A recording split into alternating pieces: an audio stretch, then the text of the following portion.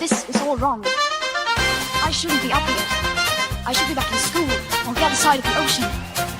Yet you all come to us young people for hope. How dare you! Boring. Boring. Boring. Okay, you got it work. Don't tell us what we're gonna feel. We're trying to solve a problem. Don't tell us what we're gonna feel. I'm not telling you. Because you're in no position to dictate that. Remember what you're doing. You're in no position to dictate what we're gonna feel.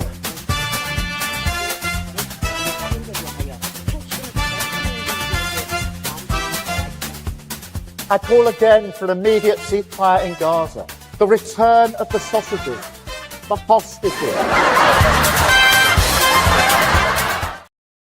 Greetings, one and all. How are you today? Lembit Öpik here. If you're watching this live, another week, another 5 days of crisis, probably. But welcome to Unprecedented TV, the home of free speech all around the world. We don't want to beat the mainstream media. We want to be the mainstream media. And today, you'll hear why.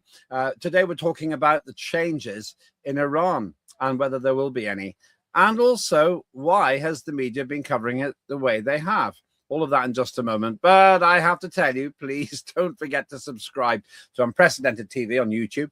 Just put my name in if you can't find it. Lembit, Lembit, like on the screen there. And then Unprecedented TV. You'll get there straight away. You'll find hundreds of shows with a good shelf life. And this year, we're going to start with some art and creativity as well, which will have a great, in my view, longevity as well. And maybe a couple of classics coming up as well. But then I would say that, wouldn't I? Let's talk politics. Let's talk Iran. If you're interested in Iran, great, then you'll find the subject very interesting. If you're interested in truth, you should also enjoy the show today, because the question I'm asking is, who can you trust about the situation in Iran? A few facts about it. It's a huge regional superpower. About 90 million people. It's got more population than Britain. Did you know that?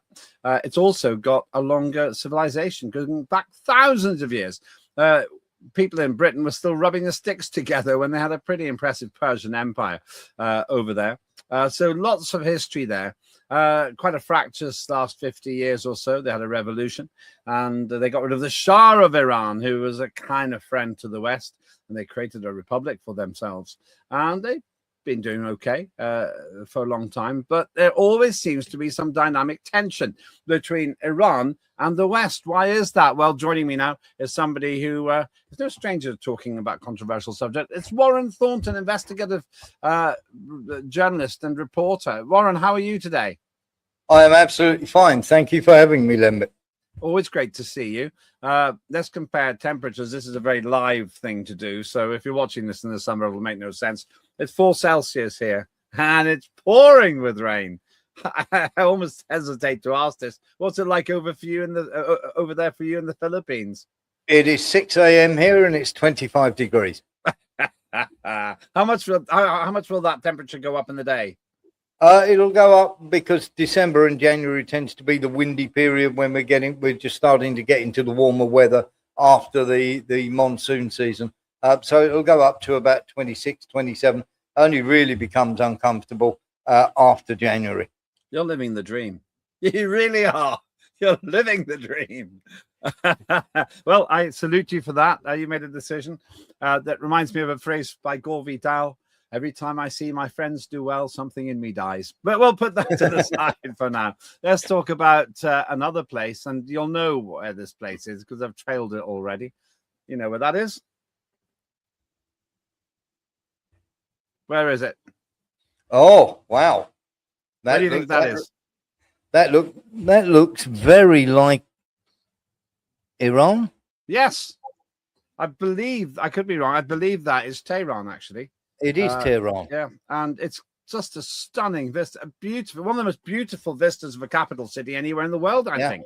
I haven't had the pleasure of going there, not yet, but I know a lot of Iranians and I'm very fond of them, actually. Interesting country. Well, that's the place that we're talking about today, Tehran. I think we've got another view of the city as well. Yeah, there we are. I mean, I just think there's something mystical and magical, and they get snow on the mountains. I don't know if you would think of snow as being relevant to Iran, but they do have mountain skis slopes and resorts as well. Presumably dry. Presumably you can't get alcohol there. That wouldn't be necessarily a bad thing, I think, actually. No. If you go down to Chamonix sometime in Switzerland, wow, or I never remember if Chamonix in Switzerland or France, but France. Is it? Sorry. There you go. Big failure for me there. We're not going to edit it out. If this was the BBC, they'd edit it out. But we're not going to do that. Okay, I've been to Chamonix, and I suppose it makes sense because they were speaking French there. There's an awful lot of après-ski going on there. I suspect not quite so much in Tehran, but they've been in the news for another reason, haven't they? Now, these riots and demonstrations have been widely reported if you're watching this live. If you're watching it in the archive, you'll be able to see how accurately we're talking about circumstances there in Tehran. But long and the short of it is, Warren, the Western media seem absolutely obsessed with suggesting that the country's government and leadership are on the ropes. What's your take on this? No, it's simply not the case. Now, what happens is you get the protests.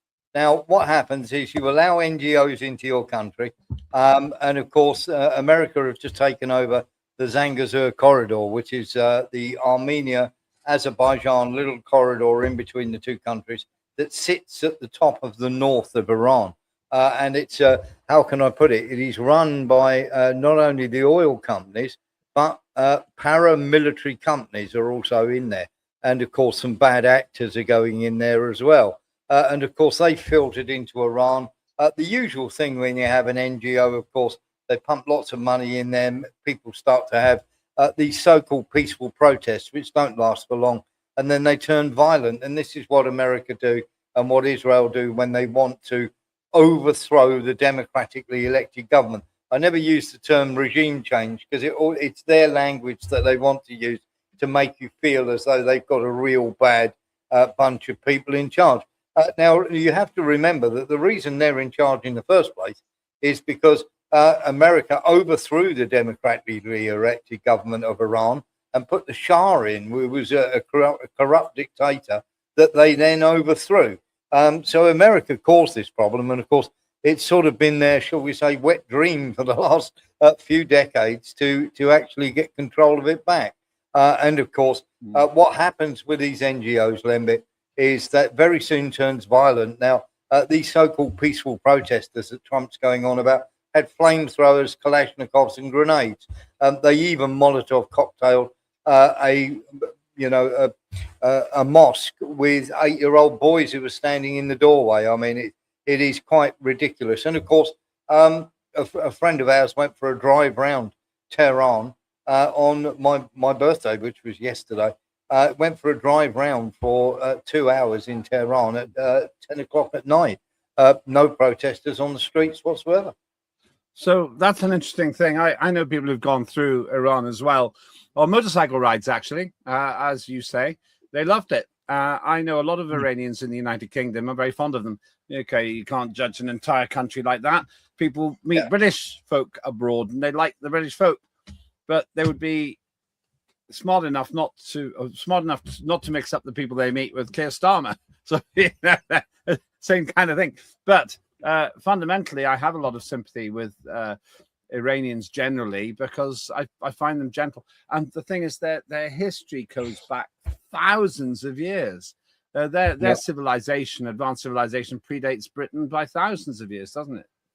Yeah, absolutely. And the problem that we have here, of course, is they started killing police officers and everything else. Now, Iran managed to get hold of a grip of the situation, realizing that this thing was being done by outside agents. Now, of the 17 so-called protesters that have been killed, 15 of them don't belong in Iran, and they're not from Iran. And you can guess where some of them have come from, of course. And of course, the problem is, of course, who's been feeding them weapons? Well, these are weapons that were left over. The section of, shall we say, people that are driving this are once again a Muslim sort of terrorist gang. And of course, their weapons have come from Pakistan. Of course, they've been funneled through that America left in Afghanistan when they left. So those weapons have ended up in Pakistan in the hands of these people and have now ended up in Iran. How strange that would happen. Yeah, no, this is not. There's a lot of talk about the the numbers, and no doubt if you're watching this in the archive, the figures will have changed again. But the media really have been going mad about this. They've been going quite intensely critical of the situation, and all of them seem to be suggesting that this is huge crackdown, and that the Iranian government, they always call it a regime. Well, usually call it a regime, but the government of Iran has been heavy-handed. What's your take on it? What do you think? Absolutely not. We started out pretty much the same playbook as you got in Georgia and elsewhere that didn't succeed in Georgia. First of all, you get the peaceful protests, then you get the riots, then all of a sudden somebody dies. It's exactly the same way that they overthrew the elected government of Ukraine and then installed the regime that they wanted in there. And of course, America very much want to do this. They've always been going back, Lembit. In fact, you and I have talked about this, and we've said as soon as the ceasefire happened, they'll be back for another go once, in a few months' time. And we said that around Christmas they were going to build it up. They were going to try and do a regime change through NGOs and riots inside the country. And if that doesn't work, they're going to reignite the war. And that's exactly what's happening, because we're getting aircraft that have gone, American aircraft that have flown to Lakenheath and Mildenhall that are now on their way to the Middle East. That includes tankers and jets. No, this is the thing. So there's been, I understand, once again, if you're watching this live, this is relevant. If you're watching it from the archive, you'll be able to find out and determine if what we're saying is correct or not. But there's been a build-up of air power in Britain. And Yes. You're suggesting that's not about Ukraine, that's about Iran. No, it's literally been about Iran. Now, we had a sort of joint operation where a heck of a lot of American tankers flew over, and a few of them were going to help out the British boarding the tanker that was out at sea, if you remember, the Mariana, that everybody went, oh, it's a Russian ship. Turned out it belonged to a Ukrainian oligarch. There were 3 Russians on board and 17 Ukrainians. Oh, wait. Tell me that again. It belongs to Ukrainians. Yes, yeah. So why did they board it? They boarded it because they believed it to be a Russian tanker. Couldn't they tell just by talking to the crew or something? Oh, you can't do that, Lembit. I mean, honestly, when you're doing a covert operation like this, it costs $3 million. That you end up with 472 men in all, with ships and helicopter crews and logistics and everything else. And of course, this took place over a week or so. And they boarded this ship. Turned out it belongs to a Ukrainian oligarch. There were 17 Ukrainians on board and 3 Russians. A couple of thoughts. I don't want to go too far into it. It's a bit of a distraction. We'll talk about Ukraine another time. But I don't understand. We were told in the media again and again and again it was a Venezuelan ship. Then it was under a Russian flag. Nothing about Ukraine. What's going on? Yeah, it was basically it wasn't a Venezuelan ship. It was a chartered out of elsewhere. And of course, maritime is always very, very very dodgy. You can have a Panamanian captain chartered out of Liechtenstein, but registered, in Saudi Arabia. This is how these things work. Maritime shipping has always been a bit, shall we say, flying close to the wind in terms of where you're operating from. And of course, they didn't do their homework. What they did was they went, that's been to Venezuela. It's obviously carrying oil. Well, it had no oil in it at all. They tried to spin that it had 2 million litres of oil inside it. It didn't. You can actually look at the ship riding very high in the water. And of course, we've spoken to a couple of people who were actually monitoring that ship. And of course, they've turned around and said we didn't find any oil, and it was quite embarrassing because we ended up arresting 17 Ukrainians. And 2 of the Russians out of the 3 have already been sent back to Russia by the Americans. Oh, what a mess. All right. I indulged myself a bit. Yeah. Now, one of the headlines, I think it was from Sky, said that 500 had been killed at this stage. Yeah, there it is. More than 500 killed in Iran, U.S. rights group says, as president accuses terrorists of starting chaos and disorder. The U.S.-based human rights activist news agency said earlier on Sunday, that's 11th of January, if you're watching this in the future, that most of the victims are killed by live ammunition or pellet gun fired predominantly from close range. Now, that's a big number. If that sort of number is being killed, that's quite serious.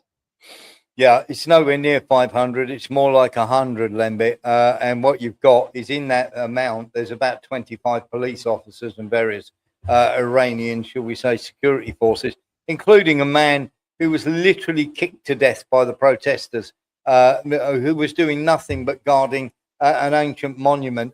They set fire to God knows how many ancient monuments. These things always turn violent, and they're looking to violently overthrow the government. These are paid actors who do this, Lembit. And of course, the whole idea is regime change. They haven't gone after, they haven't gone after anything else. The whole idea, even the 12-day war, was about getting the Ayatollah overthrown. It wasn't about, just completely blitzing the country so it wouldn't be able to defend itself. And in fact, America used 12% of all the missiles they have, giving them to Israel and firing them. And of course, by then, America are very much was like, no, we'll have a ceasefire, because Iran went, there's your base in Qatar, we'll hit it. And that was a real shock, because it took out a radar center. And of course, the Iranians have now turned around and said, if you come for us, we've got even more toys given to them by the Russians. And the Chinese have offered them all the help they need, including military.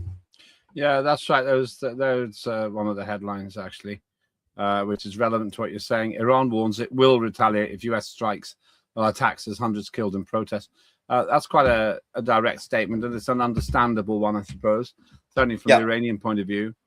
After the break, I want to talk more about where we stand in the geopolitics.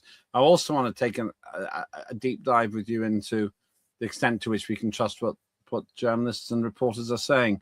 You're watching me, Lembit Öpik, here on Unprecedented TV on Lembit Öpik Live, and we're talking about something which is rather serious, the situation in Iran, but also how it's being reported. Somebody else who gives us very good advice and very good news reviews is Tim Scott from Tim Scott Uncancelled. He is the Supremo at the Freedom Association, fantastic liberty-based organization. What's this?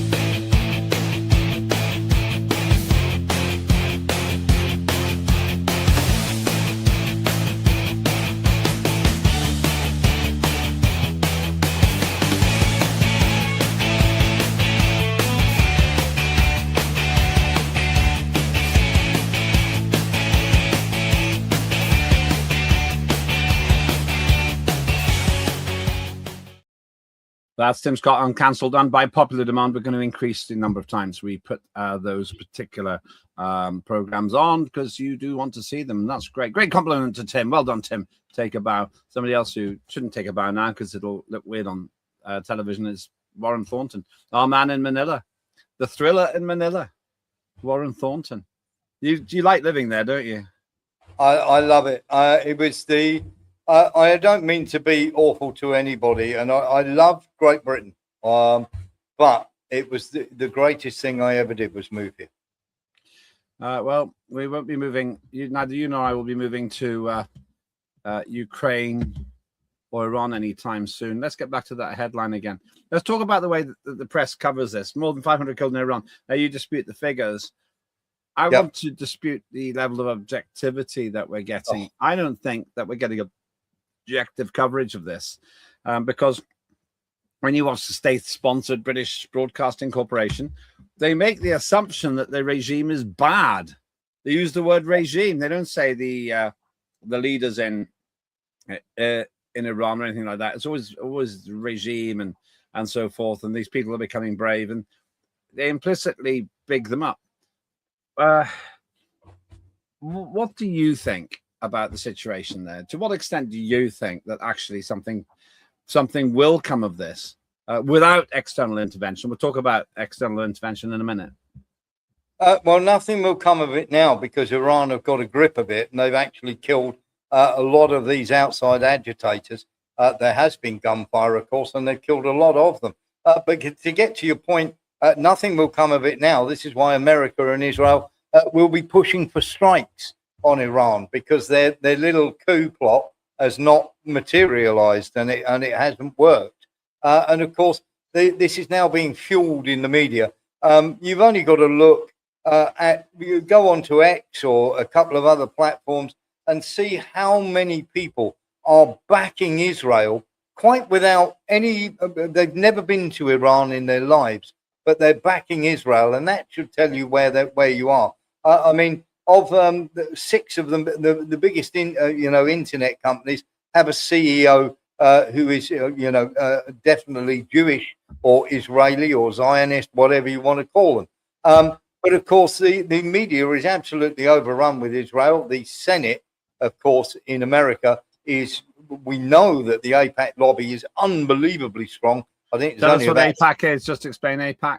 This is basically it's the Israel lobby giving money to America, or getting money from America and lobbying America to look after Israel's interests. And they have an awful lot of money to spread around. So many of the senators get money from the Israel lobby, which is given to them in the first place by America, which sounds absolutely crazy. I'm always very careful not to mix up Israel, which is a country, with Judaism, which is a religion. Yes. In the same way that I don't think that you should condemn all Catholics because Tony Blair started an illegal war jointly started an illegal war in Iraq. But I get your point there. One thing is the coverage has been quite intense. They've been showing us picture and video and scene after scene of people wanting to free Iran and so forth. I would be willing to bet almost every person who's reporting has never been, these news anchors and the people who write their scripts probably never been to Iran. And I'm just wondering if there's a deeper agenda here where the mainstream media in the West kind of wants Iran to change because they don't understand it and they think that their way is better. Let's be absolutely frank here. I'm going to say this. The religion of Judaism is nothing to do with the Zionist lunatics that are running Israel and that are out of control at the moment. And you've only got to look at what's happening in Gaza. Actual people have been posting pictures of children that were starving in Gaza and saying that it was Iran. There are pictures of women burning pictures of the Ayatollah and people going, this is the bravest woman in the world. And of course, they live in Canada, in Ontario. They don't live anywhere. Really? But, yeah, absolutely. I've got pictures of it. And she goes by the name of Morticia Adams, would you believe? And of course, really? She lives in Ontario, in Canada. She's being held up as the poster woman for freedom for women. And of course, many of these, there you can see Rebel News 9, which is Israeli backed. And it is quite incredible when you see this. And then, of course, you get the Europe correspondents and everything else. Ursula von der Leyen, who never came out and condemned the people of Gaza, Israel killing all those people in Gaza, is now coming out saying we've got to free Iran from the tyranny that they're undergoing. I mean, it is quite sickening. And there is an agenda here. And this is nothing to do. In fact, if you go and look at the Iran counter protests, the people who are protesting against the protest during the daytime, quite incredible. And it's always the same, Lembit. You see all these people going out and counter protesting against the riot are going out during the daytime. It's completely peaceful. At night, every now and they've got a handle on it now, but they're throwing Molotov cocktails. They've got grenades. They've got Kalashnikovs. One of them even had a flamethrower, Lembit. How did they manage to get their hands on that? A lot of pictures like this suggesting that this is the rise of women's rights and so forth. And this, all right. Well, the problem with the whole thing is, Warren, this is my opinion. As I say, I've worked with Iranians quite closely since I was actually a member of parliament. I actually had a lot of meetings with the Iranians about human rights, and they cooperated and they released a lot of people from prison, Baha'is mainly, because I was the chair of the All Party Baha'i group, and I found them agreeable. They're people you can do business with. You can talk to them. And Yes. the idea that you demonize these people as ogres, the way that the West used to demonize Russians and are doing it again now, it's worrisome to me, because it means that the media itself, perhaps not even always on purpose, is nevertheless presenting bias. Oh yeah, absolutely. I mean, if you've ever been to Iran, and I've been, you can go to cafes there. There's people without scarves over their heads and everything, perfectly normal. They look like perfectly normal women, not that people with with scarves on their head. You can choose to wear one. You can choose not to. You haven't got women walking miles behind men, and they're all dressed up like some sort of letterbox or something. It's not the case. Everybody goes out. They're being perfectly normal. There's a cafe culture at night because it's nice and warm there. So obviously you can go and sit in a cafe and you can eat and drink, and they're perfectly lovely people. Yeah. I want to go back to what you said about Iran's, and what I said about Iran's importance. It's a huge country. There we are. Yes. So Iraq on one side, they had a very bloody war. But on that time, I think we were on the Iraq side. And then we were not on Iraq side. Now on the Iraq side again. You got Saudi Arabia, Afghanistan, Pakistan. It's amazing how close Dubai is to all of this, actually. Yes. UAE. I believe that you can actually see Iran from the United Arab, from Dubai. I think that's the bit that you can see, actually. Yes. Sticking out there. I can't remember exactly what the geography of the place is, even though I've been there many times. Shame on me. But Iran is enormous, and it seems to be actually a moderating force, in my opinion. In my opinion, yes. When America goes in and sets up things and accidentally creates ISIS, or ISIL as they were called in the end, Iran's the General Soleimani, who was actually assassinated by the Americans. He was the guy who wiped the floor with them and put them back in their box.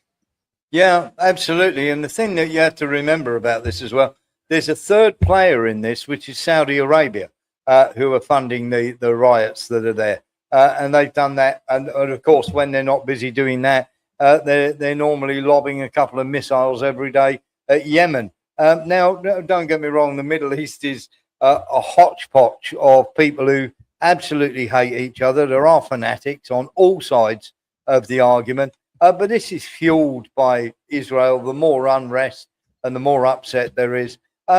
This is the thing that you have to remember with Iran.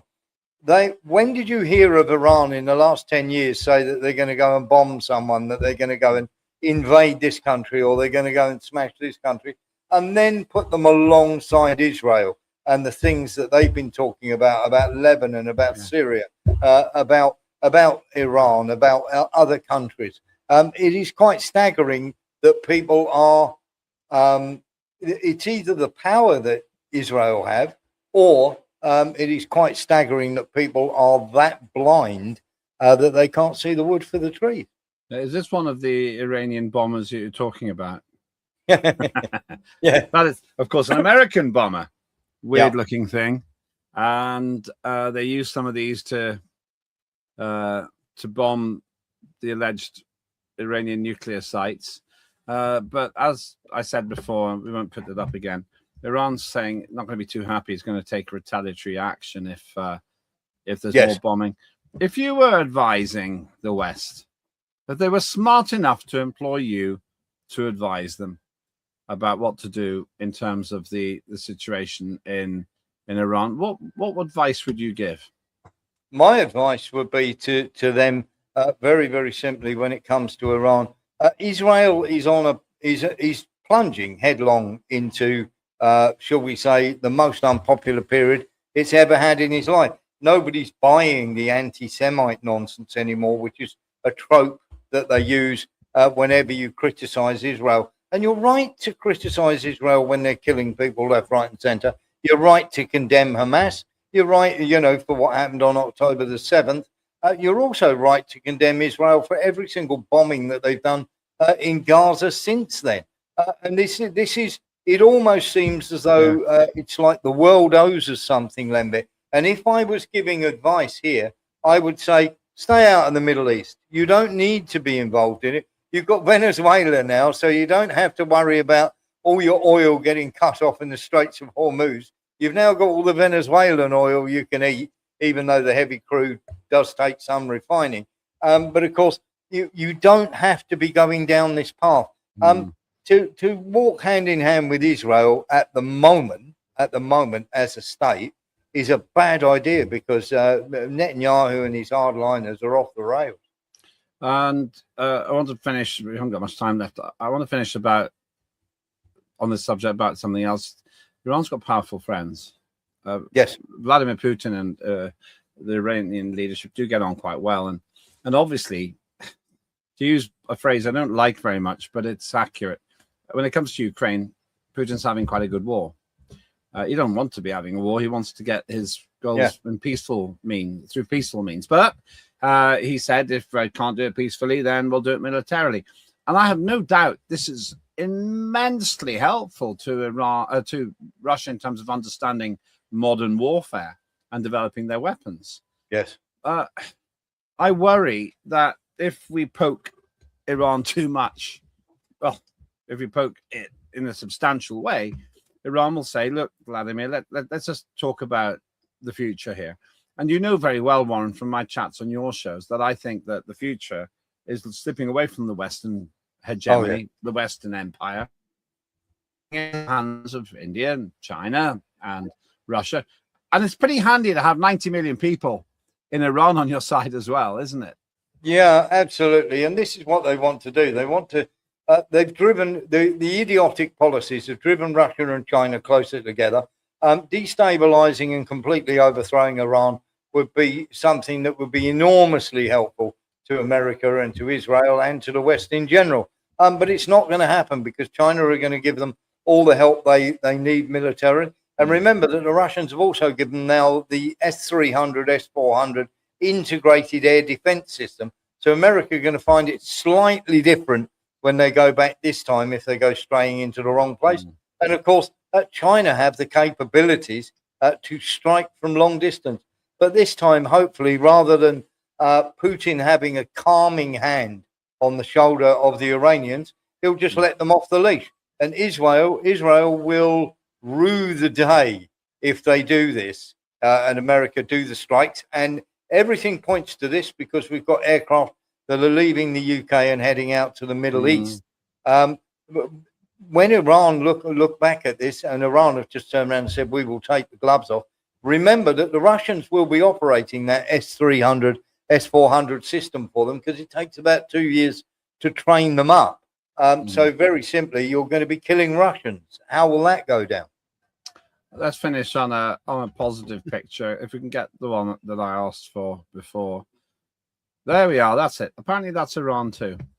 Yes. I have to say, it looks beautiful. It really does look stunning. And I think that we don't often get to see this country with almost 93 million people, I think, in it, in anything other than a warlike way. And I don't understand why the mainstream media, including the British Broadcasting Corporation, which actually has a charter obligation to be objective, can't do it, in my view. Why do they just always take one side in this argument? Even if they don't believe the other side, even if the reporters don't believe the other side, even if they didn't agree with the line that you and I seem to be taking here, why don't they even give it any airtime? It's not going to happen, because we don't have a balanced or unbiased media in the country anymore. The governments, they walk like lockstep with the governments. I mean, I've been to North Korea. It's beautiful. There's not people wearing, saipans and literally in the rice paddies up to their knee deep in water. North Korea is a very forward-thinking country, and of course, some of their missile technology is incredible. And I've been to North Korea. I found it absolutely beautiful. But many people who, should we say, won't be allowed to go for the simple fact that they've already written awful things about North Korea and never ever been there. Thank you so much. Little trivial factual question. You quiz me. If you're going to watch Warren's show, by the way, the next one, it's full of quizzes, and I don't do very well in them, actually. So have a look at that as well. Have a look at that. But to the nearest 2,000 feet, no, to the nearest 3,000 feet or 1,000 meters, what's the height of the highest mountain in Iran? Oh, feet or meters, I'll take either. Hang on a minute. Right, so it doesn't have any of the 14 peaks, which are over 26,000. I'm going to go 18,000. You knew that. No. It's 18,402 feet. Mount Damavand. Thank you very much. Salute you. Thank you. I knew it wasn't one of the 28,000 meter peaks. It's still pretty high, though. We got Ben Nevis, 4,520. Yeah, they got 18,500 feet, 5,600 meters. Thank you. Where can we get another dose of Warren Thornton? You can get another dose of Warren Thornton and my mountain knowledge over at warrenthornton.com. Monday to Friday, 6 p.m. to 8 p.m. live. And, of course, on Sunday nights live, 7 p.m. To 9 p.m. with the wonderful Lembit Öpik from Unprecedented TV. We'll be playing part of that. I have to say I was in transit, so I messed you around a bit on the most recent one if you're watching this live, but never mind the quality, feel the quantity. Anyway, there we go. Thank you so much. That is Warren Thornton. It's definitely worth going to see his work. It's fascinating, his insights as well. So I recommend you go to warrenthornton.com. I've watched his shows as well. We're going to be doing more collaborations, some very, very big reportage coming up with Warren, but more of that later on in the year. My view, Iran gets a bad rap in the mainstream media, whichever side you're on. If you are taking a side in the Iran situation, you got the right to have objective information.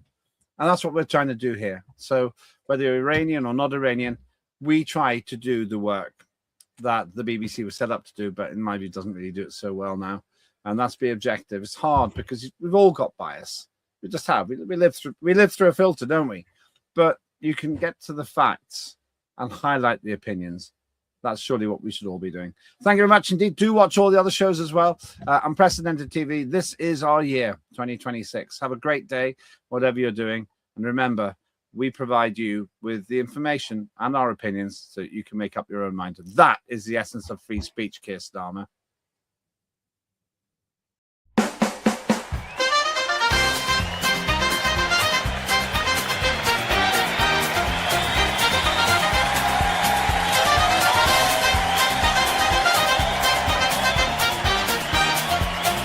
Immediate ceasefire in Gaza. The return of the sausages.